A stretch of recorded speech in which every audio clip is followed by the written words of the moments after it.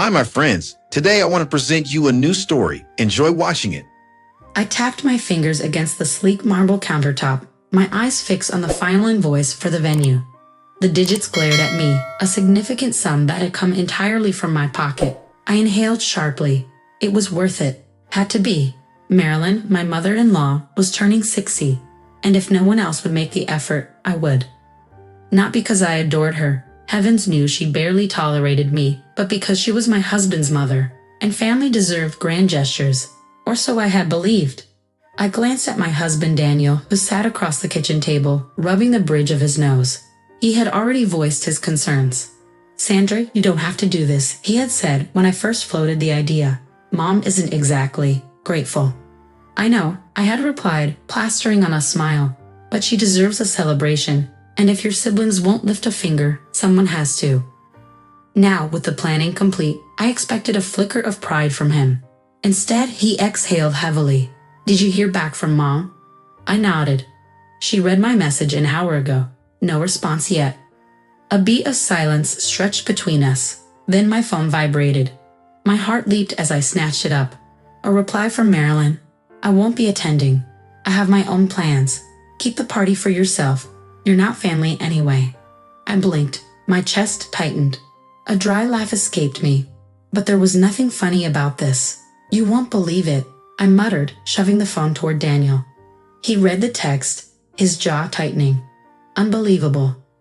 "Oh, it gets better," I said, my voice laced with forced humor. I scrolled up and showed him the group chat with his siblings. "Knew she wouldn't want to go," his sister, Jessica, had typed. "Sandra really thought she was one of us," his brother, Mark, added, followed by laughing emojis. "Who asked her to plan this anyway?"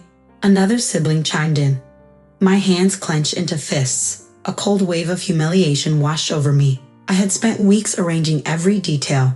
Her favorite restaurant, a custom cake with sugar lilies, an elegant guest list of her lifelong friends.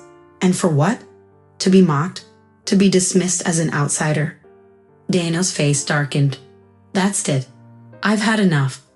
I tilted my head, daring him to continue. "I told you they don't appreciate us. I told you they don't respect you." He exhaled sharply, shaking his head. "And now, they've confirmed it." I bit my lip, weighing my options. The reservation was non-refundable. The cake was paid for. The decorations, the music, the invitations, everything was set. Then, an idea sparked. A delicious, defiant idea. I lifted my chin. "Fine, if they don't want it, I'll keep it." Daniel blinked. "What?" I smirked, the sting of rejection quickly turning into something sharper, determination. "They said I should keep the party for myself. So I will. I'll invite my friends, our real friends." I refused to let this effort go to waste. A slow, amused smile crept across Daniel's face. "You know what? Do it." And just like that, the grand gesture meant for my mother-in-law morphed into something else entirely. A celebration of the people who actually valued me. Little did I know, the real storm was yet to come. The soft hum of conversation filled the private dining room as the waitstaff set the final touches, champagne flutes sparkling under the golden chandeliers, the aroma of seared steak and garlic butter wafting through the air. The restaurant, which had been meant to host Marilyn's birthday, now pulsed with a different kind of energy. My energy. I took a slow sip of my cocktail, relishing the fruity bite.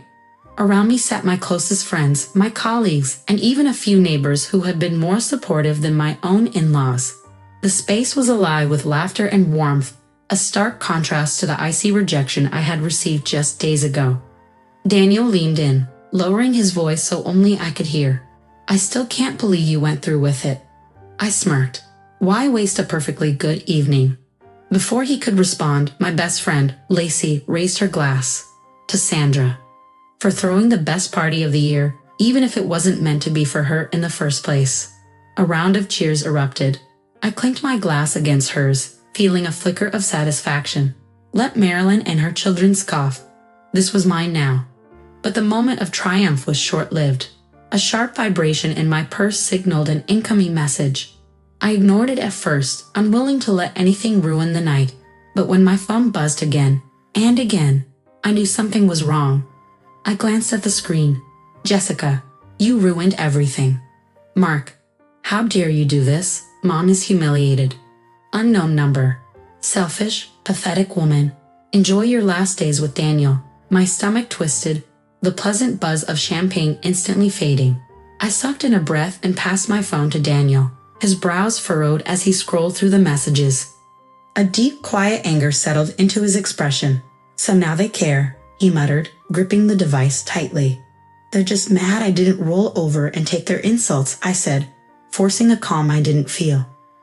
Just then, the restaurant doors burst open. The chatter in the room hushed as Marilyn herself strode in, flanked by Jessica and Mark. Her lips were pressed into a thin line, her sharp eyes sweeping over the lively scene. A tense hush fell over the table. Lacey set down her glass with a deliberate clink. Mom, Daniel said, his voice laced with warning. Marilyn didn't spare him a glance. Her focus was entirely on me. Enjoying yourself? She asked coolly. I folded my hands in my lap. Immensely. Jessica scoffed. You're unbelievable. You took Mom's birthday and made it about you. I arched an eyebrow. She said she didn't want it. And you didn't think to cancel? Mark snapped. Oh, I did, I replied, letting the weight of my words sink in. But since it was non-refundable and already paid for, why should I waste it? Marilyn's nostrils flared. You did this to humiliate me. I tilted my head. No, Marilyn. You did that yourself.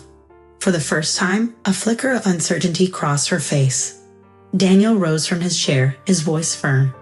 You rejected Sandra, Mom.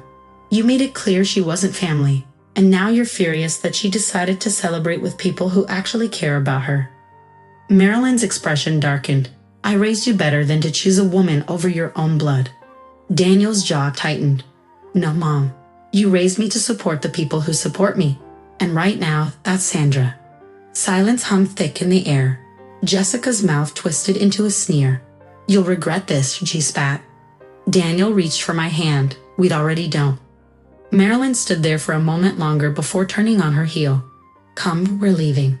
As they stormed out, Lacey let out a low whistle. Well, that was dramatic. I exhaled slowly, my fingers still curled around Daniel's. And something tells me this isn't over. The morning after the party, I awoke to the shrill ringing of my phone. I groggily reached for it, my stomach sinking at the sight of Jessica's name flashing on the screen. I let it ring, then came a message. Jessica, you destroyed our family. Hope you're happy. A second later, another text. Mark, you turned Daniel against us. You'll pay for this.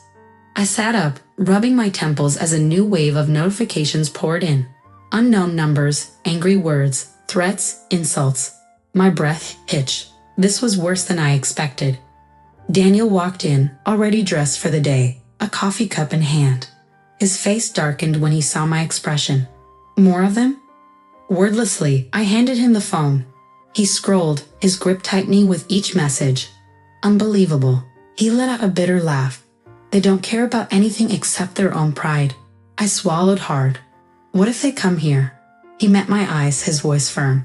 Let them try. As if on cue, a loud knock rattled the door. I jolted. Daniel's expression darkened. Without hesitation, he marched over and flung it open. Marilyn stood on the doorstep, her face twisted in fury. Jessica and Mark loomed behind her. You're making a mistake, Marilyn hissed. This woman, she jabbed a finger at me, is tearing you away from your family. Daniel exhaled slowly, controlled but tense. No, Mom. You did that. Jessica scoffed. You'd really pick her over us? Daniel didn't hesitate. Every time. Silence. Marilyn's lips pressed together in rage. Then, in a cold, venomous whisper, she spat, You'll regret this, Daniel. She turned sharply, marching away. Mark and Jessica followed, throwing me matching glares. As their car sped off, Daniel exhaled. I felt his hand close around mine. They're done, he said quietly, and so are we. And for the first time, I believed him. That evening, Daniel sat in the dim glow of our living room, his jaw clenched, hands wrapped around a glass of whiskey. He hadn't spoken much since his family stormed out, but I could see the war raging in his mind. Finally, he exhaled sharply. Sandra, there's something I need to tell you. I straightened. What is it? He rubbed a hand over his face. I've been financially supporting them for years, ever since my dad passed. His voice was low, almost ashamed. Mom guilted me into it, said it was my responsibility as the eldest son. So I paid their bills, their debts, even bailed Mark out of trouble more times than I can count. A cold weight settled in my chest. And they still treated you like this? Daniel gave a humorless laugh. Because it was never enough. I was just their safety net. He looked at me, his eyes filled with something raw. And the worst part? I thought if I just kept giving, they'd finally appreciate me. I reached for his hand. You don't owe them anything. He nodded, determination hardening his features. No more. I'm done. At that moment, his phone buzzed. A message from Jessica. Jessica, you can cut us off, but don't forget, Mom knows things that could ruin you. Daniel's grip tightened on the phone, his knuckles turning white. I swallowed. What does she mean? His expression darkened. I don't know, but I intend to find out. The next morning, Daniel stood by the window, his jaw set in quiet resolve. The message from Jessica lingered between us like a dark cloud, but he was done being manipulated. I'm meeting her, he said firmly. I need to know what ruin means. I grabbed his arm. Are you sure? She'll twist it against you. I have to end this, Sandra. His eyes met mine. For us. At the cafe, Jessica sat smugly, swirling her coffee. You really thought you could just walk away, she sneered. Mom's got proof. You took money from Dad's old account after he died. Fraud, technically. Daniel's expression didn't waver. I know the truth, Jessica. That account was meant for all of us. And I also know you and Mom have been draining it behind my back. He slid a document across the table. I had a lawyer check. Jessica paled. You wouldn't. I would. He leaned in. If you or Mom try anything, I'll take legal action. So drop it, we're done. That evening, as we packed away the last of his family's photos, Daniel turned to me. I should have walked away years ago. I smiled, taking his hand. But you did now, and that's what matters. The weight of his past was gone. We were finally free. Friends, what do you think of this story? Write your opinion in the comments. Would you like more stories? Don't forget to subscribe and hit the bell button so you don't miss any videos. See you tomorrow.